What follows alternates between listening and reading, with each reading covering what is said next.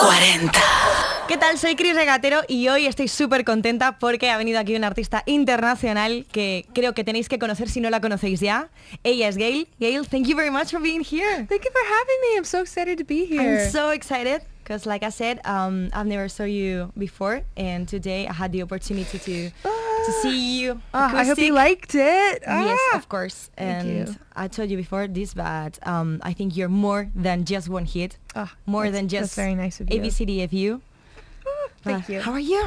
I'm good. I'm good. I'm very happy. A little tired, a little jet lagged, but you know how it is. But I'm very happy, and I'm very happy to be here.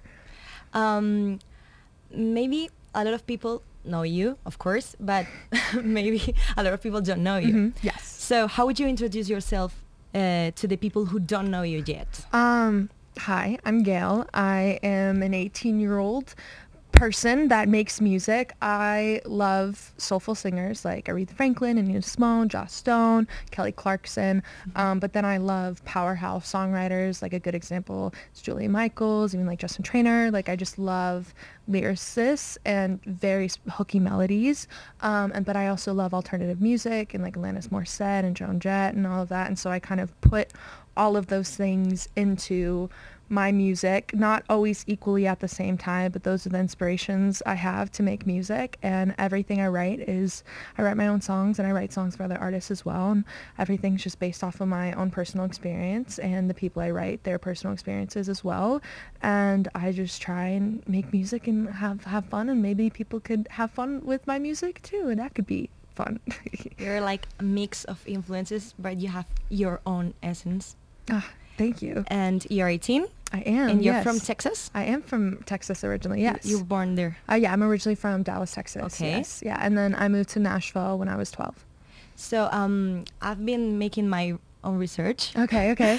And I saw you saying something about country music, like you were playing country music before. Yeah. That's right. Well, so especially like the culture and just side of music is really predominantly country in Texas and in Nashville, and that was just kind of like a default for me, like especially I first started singing at 7, and so I needed the help from my mom to like take me to vocal lessons and all of that, and it was just kind of very natural for me to go into country music, and especially because I do love like Dolly Parton and Reba McEntire and even Chris Stapleton. Like there are country artists that I really love, and then I listened to it when I was younger, and I think when I look back I was really drawn to the lyricism and the vocals, but when I think about the genre itself and the instrumentation, that wasn't necessarily something I was particularly drawn to make myself. And honestly, a big inspiration for me to really know that I could want to be pop was Taylor Swift. Like she started out in country and she was in Nashville, and then she went to pop, and she was so successful and so confident in it, and you know, she had a thought she wanted to be pop, and then she did it, and that was very inspiring, and it kind of inspired me to take the leap and really solidify the fact that I want to be a pop artist. And then I found rock music and alternative music when I was 14, and then that also really changed my life and my perspective on how I want my live music to be. So that's how you went from country music to like pop punk? Yeah, that was kind of how it started out. I'm trying to think like I remember even like Chainsmokers. Like I loved the Chainsmokers, like EDM dance music. I loved the intensity, the energy, and the hookiness of it. But then I found like Alanis, and I just loved the intensity of it. And I remember I saw this movie, it was called Almost Famous, and it's about this kid who went on tour with this band for, I believe it was for Rolling Stones. It was for some magazine, and there's this scene of this rock show. It was packed full of people, and it was like sweaty, rowdy people just there to have a good time. And I was like, that's what I want. I want to do that. And they're playing rock music. And so I kind of found pop, and then I found rock, and then I tried to like do a good like in between between the two, and especially live. It's definitely inspired by alternative rock music. And let's talk about your style, because you're like a G style. Yeah. Maybe? But I mean, I don't know how to. I guess when I turned 14, I got my nose pierced and I don't know how to explain it. When I pierced my nose, I got one too, felt, but it was like a mistake. Yeah, I felt more like myself than I ever have. And I don't know how to put it. I was 14. I had to beg and beg and beg and beg my mom to let me get a nose piercing, but I finally did it. And when I looked in the mirror, I saw myself. And I remember even when I split dyed my hair, I never thought I didn't plan on doing it. I dyed my hair black, and then I dyed my hair orange, and then I had orange hair. I kind of had this colored hair, and then I believe at 3 o'clock in the morning I was really sad and I was like, you know what would make me feel better? Dyeing my hair. And so then I just dyed half of my head just completely on the spot, like didn't even think about it. My poor mother, I had to go upstairs the next morning and she saw me have a split dye and she was like, what did you do? But then she let me keep it, and I went to the hairdresser and she made it look a lot better than what I attempted to do. And then I got bangs and started getting like curtain bangs and things like that, just kind of more exploring about like how I wanted to choose to express myself. And I think specifically when I think about my fashion and things that inspire me, and I need to get better about looking at other people and what they do and try and like get inspired by that. But I think of more of like eras. Like I'm really inspired by the 90s, but I'm not necessarily inspired by anybody like specifically style wise in the 90s. Like I'm very inspired by like the powerhouse women of rock, but there's so many, it's hard to like pin it down to one person. I also love the early 2000s. Some of the fashion there I absolutely adore, but even some of the 80s and even 60s patterns and box dresses I also really love. So I kind of take things from like literally this, like I just kind of take things from eras of time and then put it all into one thing. And also just the modern clothing that's happening now, like I also do really like it. And I'm not the most comfortable in my body. It's something I'm still learning to like get comfortable with, and I'm trying to be very neutral when I think about my body, not force myself to like I have to love it or I have to hate it. Like I'm trying my best to be very like healthy and neutral, and I'm not always doing a great job, but I'm trying my best. And I can wear like revealing things at times, but it isn't necessarily because I want to show my body. It's just because I really like the outfit, and I don't want to let my insecurities control how I choose to represent myself, but I also don't want to be uncomfortable at the same time. So I also try and find a in between to doing the things I want to do, but also not pushing myself to the point where I'm like uncomfortable. I'd like to focus on something you said, like you were sad when you dyed your hair. I was. It was like to make some distance from from what you feel inside, or I there's a point where I couldn't look myself in the mirror because of something that happened in my life, and I couldn't stand the way I looked. I could not stand my body, I couldn't stand my face, I couldn't stand my hair, and I wanted to change everything about it. I wanted to rip off my own skin, but I didn't want to change myself either because of the way that I was feeling. Like I couldn't stand the thought of staying the same, and I couldn't stand the thought of changing. And this was a good in between of me acknowledging the fact that I'm like going through something and I'm going through pain and I need to process things, and I'm also still the same person that I am before some specific things happened to me. And so that's kind of how I was with my hair, where it was very like metaphorical for me, where it's like I feel so different than how I felt, and I want something to represent that, but I also don't want to completely change myself either. And so this was a good in between for me. That remember when I feel sad, I do something. It's talking in English, because I feel like this distance from where I'm feeling. Yeah. And it's like if I say this in English, it's easier for me to explain what I'm feeling. Yeah, because it's not as like kind of weird, but yeah, no, it's not weird at all. It's I don't think it's weird. I'm feeling. I know. Well, Abcdfu, your song #1 in the UK, oh my here gosh. in Spain. You blew up every single chart on earth, and I've read your song is a feeling like everybody can relate to this song. I think there's a lot of things to be angry about in the world. I think especially after the pandemic, and it was such a confusing time, and not that I think it was wrong that we're in a pandemic, but still that's hard to not leave your house and not know when you're going to be able to leave your house. And even politically, there's so many things to be angry about, and things going on in the world, and even in your own personal life and your families, with your friends, or a relationship. Like we feel so much as humans, and we have to process them, and so many people, including myself, choose to suppress their emotions, and anger is a very uncomfortable emotion, so we choose to suppress it, but it's gonna come up, it's gonna happen somewhere. And for me, I got so mad and I suppressed it for so long. When I got mad, it all just came out, and I feel very lucky that I'm a songwriter because I had an outlet to put those emotions somewhere, and I just didn't have to like hold on to all of it. And it brings me a lot of joy that what that song was for me could have been that possibly for other people. You know, I feel like we have to feel so much, and there's so many things to be angry about if we cannot have to keep everything in our bodies and in our brains, and we can just let like a therapy. just some of it out. Yeah, I think it's a really like special thing that people get to do with music, and the fact that people could do that with my music just brings me a lot of joy. It was like the best breakup ever. It was quite the breakup. Quite a breakup. I love this line, fuck you and your friends that I'll never see again. Everybody but your dog. Everybody but the dog. Not the dog was real? It was a dog? Real. It was a dog. It was a dog. Her name was Kayla. She was a Shiba. You really still love the dog. Of course I still love the dog. I think the dog still loves me. I miss you, Kayla. You're not leaving everybody but the dog.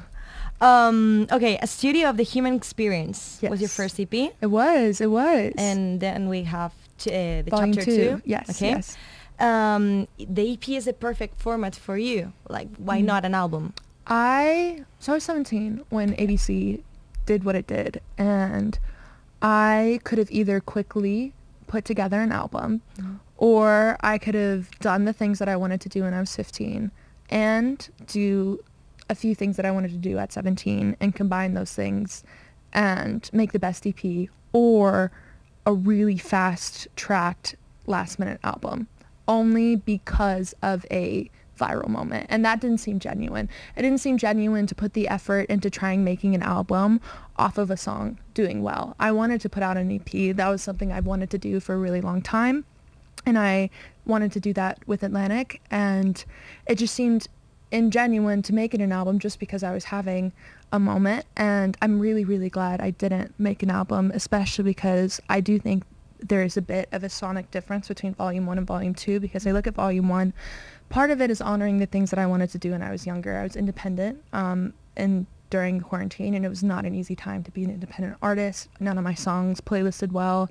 None of my songs got over 100,000 streams within a year. Like, it was hard. It was really hard to like handle that.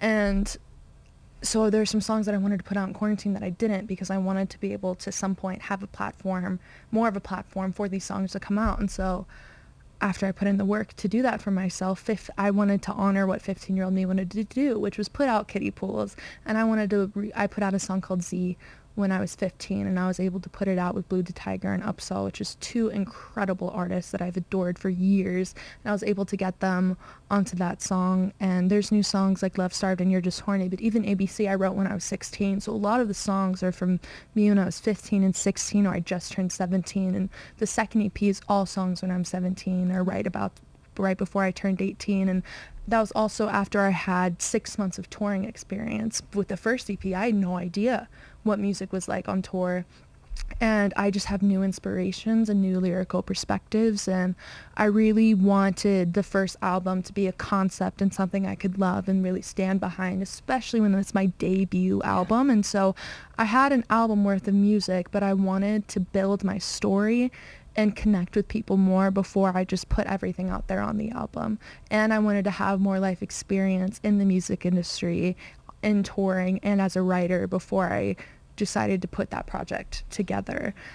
And it just kind of worked out for the two EPs to happen. They happened pretty naturally, and there's something else that's also might be coming soonish that I'm very, very excited about too. I think it's important what you're saying, because we have changed the way of consuming music, and you went viral on TikTok. How important is TikTok? I think social media overall is very important. I think people can be intimidated by the fact that a lot of people are on social media, and a lot of people are pushing themselves in their own music, because everybody's just trying to make a name for themselves. Everybody is a kid that has hopes and dreams, and that's all we're trying to do. 50 years ago, we as an artist never had free access to almost 1 billion people. That is free access to 1 billion people. Whether you post a video and 1 billion people are going to see it, but if you post every single day, we in the music industry have never, ever had access to people for free. An audience, anybody that just would want to watch it could. And especially... It's like democracy. One thing I'm so grateful for with ABC is it was able to go places that I've never been before. You know, I'm so grateful that I can come to Spain and I can do this interview and I can talk about this song. If it didn't do what it did on social media, I'm not particularly sure if it would have been able to go places that I have never been before. If it was only my power of what I could do and not what social media could do, and where that song could take it other places that I couldn't go at the time. I think it's so important also the fact that I have an opportunity to always tell my story. I always have an opportunity to talk about my life and show myself and who I am as a person. And whether people want to pay attention to that or not is one thing. But I'm very grateful that I always get to consistently, because a lot of the times, a lot of stars didn't have social media. It was press that was deciding their narrative and who they are as a person. It was the paparazzi taking a picture of them, saying if their mental health was good or not. It was the person that took that picture of them that got to decide how are they feeling and who they were. And I get to have the control. Other people can have other narratives, but at the end of the day, I get to post on Instagram what I'm actually feeling, and people can either see that, and that's the truth, you know? And that makes me very happy that I always have something to go to that's telling the truth and telling me as a person, and I get to choose that. And that was not around 20 years ago. And the fact that anybody could see it if they have the app on their phone, that is You belong to this generation. We can do whatever we want and say whatever we want. We really can, which is a good thing and a bad thing, you know, a little bit. It's an in-between, you know. Social media is a double-edged sword, because what it can give you can also take it away in seconds, you know. It's a really interesting... That's the bad part. It's a mind fuck, for sure. But it's great. It really is truly great. But sometimes you're like, I'm crying. Well, you've been to festivals, gigs. But what was your very first concert ever? Aretha Franklin. She was my first concert. Oh my God, it was glorious. She's such a good performer. And then my second concert, not that you asked, was Demi Lovato. And then my third concert was Taylor Swift. And then I saw Pink Floyd, and that was a great show as well. And I actually saw Taylor Swift perform at Nissan Stadium, and what fucking blows my mind is 4 years later, I will be opening up for her at that show, which is like freaking mind-blowing. Like, oh my God. But yeah, that was my first concert. I'm asking you this because you deliver me like Paramore vibes. Thank you so much. Oh my gosh, I'm doing a show with Paramore. I'm doing a show with Paramore and Taylor Swift. What the fuck is that? Who let that happen? Taylor let that happen. But like, how does one exist after that? You know, like how do you function? How do you do anything? How do you do anything? How do you breathe before that? You know, like I'm not going to leave my house. Like I can't, like I'm just, I'm so excited. You're half Hayley Williams, half, I don't know. Chair. Oh maybe. My gosh. Yeah. Well, let's talk about your lyrics because they are kind of explicit. Yes, maybe. they definitely can be. You're just horny. You're just horny. Yes. What about that? Ooh, there's a few things. I feel like that one, I never talked about putting scissors to somebody's chastity belt before, but you know, my best friend just thought it was hilarious to put that in a song. She thought it was so funny. She was laughing so hard when we were writing that. It was interesting. There's a song I wrote called Sleeping with My Friends, and a song called You're Just Horny, and I see Sleeping with My Friends as the prequel to You're Just Horny, because I can contradict myself. I think a million things. I can think one thing 1 second and think the complete opposite and fully believe it in the moment. You know, so I was at a point where I got intimate with a few friends of mine, not at the same time, but you know, like, you know, some things, we crossed the line, and I It was very unrealistic of thinking what sex does to a friendship, especially because we were all starting, like, these are people that I knew when I was younger, and then we all grew up with each other, and then we started becoming teenagers, and then we're like, oh shit, we're starting to have sexual attractions, and like, how do we handle it? And the lines between platonic and romantic and sexual, the lines just started to blur. And I didn't always I didn't really like have a man. I've never had like a man not try and use me for sex basically in times. And in my friendships, because I've never had that like platonic male friendship at times, it was very hard for me to like fully know how to have that. And I think at one point some lines got crossed, and then they started treating me differently, and I got super self-deprecating and insecure and was like, I ruined all of my friendships. Everything's my fault. They're treating me so differently. But it was so hard because I felt like I could have treated them the same, but they weren't treating me the same. And then we always at one point think it's our fault. Always. And then at one point it hit me, and I was like, they just wanted to get into my pants. And then once they got it, I was less interesting to them, you know? And so when I was in this super insecure point, I wrote Sleeping with My Friends, and I was like, I need to stop sleeping with my friends. Like, and at one point that was fully what I wholeheartedly believe, and to some extent I was taking accountability for my actions, you know. And then with You're Just Horny, it was going of less of an insecure place. It was like, no, you were just using me. You never wanted to be my friend. You were just trying to figure out how to get into my pants. And then once you did it, I was less exciting to you. I was a trophy to you, and now I'm on your high shelf, and then it's done. And that was very, very frustrating. But I was very sad, and then I got angry, and then I got sad again, and then I got angry. And so then I wrote You're Just Horny, and I wrote You're Just Horny with my best friend. Yeah, and then so we were mad. So then we cursed quite a bit in that one. Not as much as ABC, who I also wrote that song with my best friend, but we were up there on that one. You're talking a lot of your friends, but who is this person you can lean on? Oh my gosh, my best friend, her name is Sarah Davis. I absolutely adore her. Hi, Sarah. Hi, Sarah. I've been writing songs with her since I was 12, and she was 15.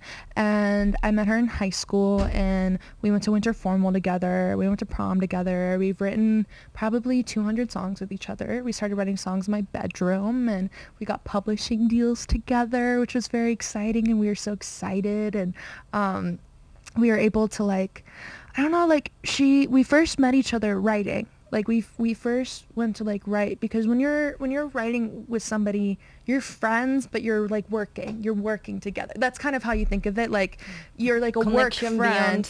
Yeah. And friendship. Then I think one day we got like grilled cheese, and then we got ice cream, and then we got frozen yogurt, and then we got more ice cream or something. Like we got ice cream like 3 times in a row or something. And I was like, that's my best friend right there. That is my best friend. And then we just kept writing songs. We kept loving the songs we were writing together. And then she would spend the night, and I would never have sleepovers. I was homeschooled. I had like no friends. And then she'd spend the night, and then we'd write songs with each other like all night. And then we'd wake up and we'd play the songs for our moms in my bedroom. And then we started working with producers, and then she got a publishing deal, I got a publishing deal, and then ABC happened, and it took us... ABC happened with her? Yeah, it happened with her. Okay. And it means the world to me that it happened with her, because there's nobody else I would want to make music with and make successful music with. And for so long, nobody gave a shit. Nobody gave a shit about the teenage girls in Nashville writing music in their bedroom. People rolled their eyes. People told us to go to college. People said it's 100 times harder to be a woman and to be a songwriter. You should quit while you're ahead. But here you are. And if we would have given up, we wouldn't be where we are today. And we'd probably be very sad in college. Well, next time you come on a visit, because it's going to be a next time. Yes, I love that. You have to bring Sarah. Yes, with I will. And I'm going to buy ice cream. Oh my gosh, do it. Do it, yes. Okay, what's the thing you hate the most? What's the thing I hate the most? There's a lot of things I hate. What do I hate? I hate feet. I absolutely hate feet. I also hate... What do I hate? I hate sometimes I hate how comfortable people are on the internet. I think sometimes it's very funny. Very, very, very funny. But some people are very comfortable in their cruelty and very comfortable in dehumanizing people. And I feel like with getting criticism, I actually never mind what people are saying. It's the fact that they got to a point where they could say that to a person. That's the thing I can never like understand. I can say things bad about, I'm not a perfect person. I'm not going to act like I don't shit talk people sometimes, you know, but I do it behind closed doors with one person, my best friend who knows all the shit, you know, like I'm not going to go on the internet and say those things. And I've had people say some crazy shit to me, some crazy shit. Behind a nickname? Like behind a screen, behind anything. And I always just think like, how can a person do this to somebody else? And it doesn't even like hurt me. I'm just like, how can you sleep at night? I once had somebody tell me, no wonder why your dad left, or something like that, which is hilarious. But to actually mean it and to say it to somebody you don't know, how do you sleep at night? How do you, like, this is literally why I go to therapy, because I'm like, how can a human being, and then I have to take an extra step of empathy and be like, this person's hurt and this person's uncomfortable in their own emotions, and then the fact that they see me laugh about my own emotions or something makes them uncomfortable, and then they have to make me uncomfortable or make me feel the way that they're feeling. And so I just have to be like, wow, it's really terrible that they feel this way and they want somebody else to feel that way. But I'm always like, that's what I hate. I hate the fact that people can't even get to the point of like numbing themselves to be that cruel to somebody they don't know. I'm sorry for that, but we went to therapy because of people who don't, you know? Mm-hmm. Literally. But that's also why I go to therapy, because I never want to be that. No, I would not be able to sleep at night if that's how I was to people. Oh my God. And for what? It's basic. For what? For attention? For what? To feel like your opinion's heard? They get bored and... For boredom? God, if I were that bored, to be that cruel, I can't imagine. Yeah. I can't imagine doing that. I can't even like hit a fly. I don't know. Like, I just can't imagine like... That's something I got stuck on quite a bit. That's one thing I feel like over the past year I've been trying to get the most comfortable with, is how people don't care about other people sometimes. But also a lot of people are very nice and take the time out of their day to try and make you feel special, which is very, very nice. And when people don't have to do that, you know, so it's kind of like, it's a double-edged sword, you know. And what's your dream to fulfill? Like, what do you expect? I really want to open up for Taylor Swift. Like, I want that more than anything in my body. I'm also very excited to open up for Paramore, via Taylor Swift and Phoebe Bridgers and Muna and Haim. I'm also very excited for. So now that opportunity is happening, I will not breathe until that happens. I would really, a goal of mine one day would to be nominated for a Grammy. That would be really, really exciting. I would lose my shit. I don't know if I'm like there yet, you know. I've seen some predictions and things, and I always get honored when people think of me. And anyway, but I'm really just getting started. Like, my first song through a label, but for my first time, you're getting close, was ABC, you know. And so I feel like I just want to keep doing my music and keep doing what I want to personally do, and then see where it takes me. But that would be a really lovely goal to achieve. And I really want to do like a theater headlining tour all over the world. I feel like that would be fun. That would be really fun. Yeah. Like, I feel like 1,000 to like even like or 6,000 people. Though that's really fun. I went on this tour with Tay McRae in the beginning of the year, and she kind of had like, it was up to like 2,000 to 6,000 people a night, and it was incredible because everybody was still so close to each other, and you could see everybody's face, and you just still felt really connected to everybody. It wasn't so many people where you felt like overwhelmed and super anxious, but it was enough people to where it felt like a community. Yeah. It's not the crowd of a festival, and everybody's just like screaming along to the songs, and it's just such a good vibe. Like, I would really, really love to do that. And there's so many things. There's so many things I would want to do at some point in my life, and I want to put out an album next year. Fingers crossed. One day. Well, your last collaboration with Black Bear is yes. Fuck, Marry, Kill. Yes, it's a game. It is a game. Shall we play? Oh my gosh, yes, let's play it. Okay. I have a few options. Perfect. Okay. I'm going to say 3 names. Okay. You have to say with who. I Fuck, Marry, Kill. Okay. Youngblood. Youngblood. Okay. Machine Gun Kelly. Machine Gun Kelly. And Ed Sheeran. Oh! Okay. I'm going to marry Ed Sheeran. Here's why. Because he is husband material. He has a wife, he has He's a children, father. and I'm saying this is the Ed Sheeran before the wife and children, right? Like I would be the one that would slide in and be the wife, right? Like that's life. That sounds like a good life. Especially like I remember even when he played Wembley, like his wife and children were backstage and living the life. I'm like, that sounds really nice. Just play Wembley, have your family, and then just go on a helicopter and go to your next show. That sounds like a good life. That sounds like a good life. I like that. Fuck Youngblood or fuck Machine Gun Kelly. I don't know. Who would I fuck? Decisions. I would fuck Machine Gun Kelly because you know what? If Megan Fox will go for it, you know what? I'd honestly fuck Machine Gun Kelly just because he's fucked Megan Fox. Honestly. Really? Yeah. Yeah. So we can change and then Machine Gun Kelly and we can put Megan I'd kill Fox. Youngblood. Okay. Sorry, Youngblood. Not sorry, Youngblood. Okay. Another three. Olivia Rodrigo, Billie Eilish, and Rosalia. Oh, stop it! Wow, Hard. that's hard. How am I supposed to choose? I'm gonna kill myself, and I'm gonna marry all of them. And no, I'm not gonna sexualize them. I'm just gonna marry them. We can kiss. We can kiss on the hand or on the cheek. And the last one, Taylor Swift. Ooh, okay. Hailey Williams. Okay. And I'm going to make up the last one. Okay. I don't know. Taylor Swift, Hailey Williams. And I don't know. Well, I can tell you I'm going to marry Taylor Swift. Yeah? I already want to marry her. And sounds like a good life being married to Taylor Swift, honestly. I would be down to just vicariously live through her. That would be pretty sick. I'd marry Hailey Williams and fuck myself. And what about Rihanna? Rihanna. Oh gosh, that's hard. I feel like I definitely would not kill her. I would probably, you know what? We're breaking the law. I'm marrying Taylor Swift and Rihanna. I'm having 2 marriages at once. I'm going to do it. I'd get arrested for that. We're going to have sex with everybody, marry everybody. And just kill myself. That'd be great. No, don't do that. Because we want more songs. Yes, just for the songs. Yeah, you are so talented. Thank you. So congrats on your EP.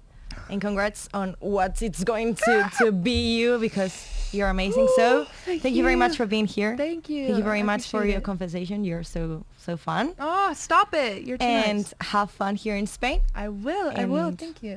I wish you come back soon. I will. Already done. Thank you, Gayle. Thank you. Suscríbete y entérate de todo.